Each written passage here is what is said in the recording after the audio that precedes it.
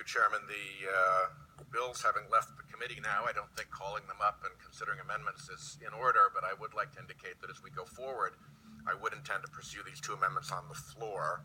The first is a very simple one. Many years ago, we passed a National Health Service Corps that allows healthcare providers, doctors, when they work in underserved areas, to get certain advantages with respect to loan repayment.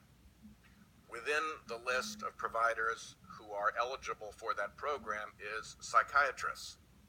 But the way over, it was passed back in the 70s, the way this bill has been read over the years has been read to mean adult psychiatrists. So psychiatrists who provide care to children are not eligible for this. To me, that makes no sense, particularly as more and more child psychiatry is becoming a really key part of what we see the needs of our young people include.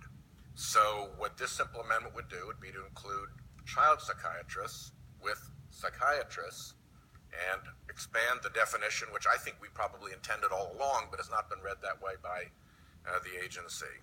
So that would be the first amendment I'd like to discuss.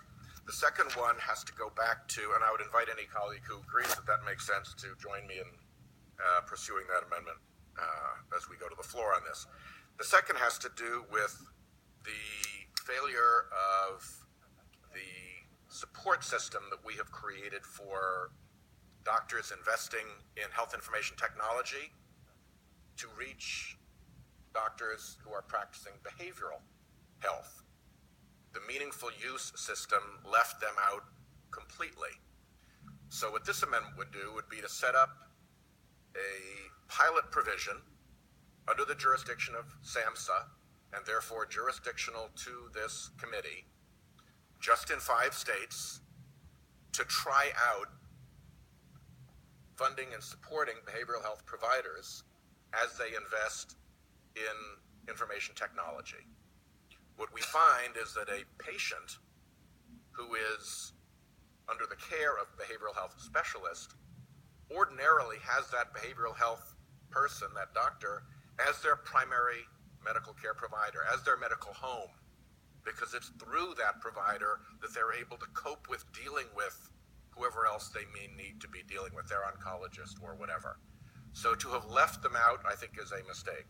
I also believe that if we can incorporate behavioral health providers into the information technology system in a sensible way, we will actually end up showing savings. But that's what the pilots would test.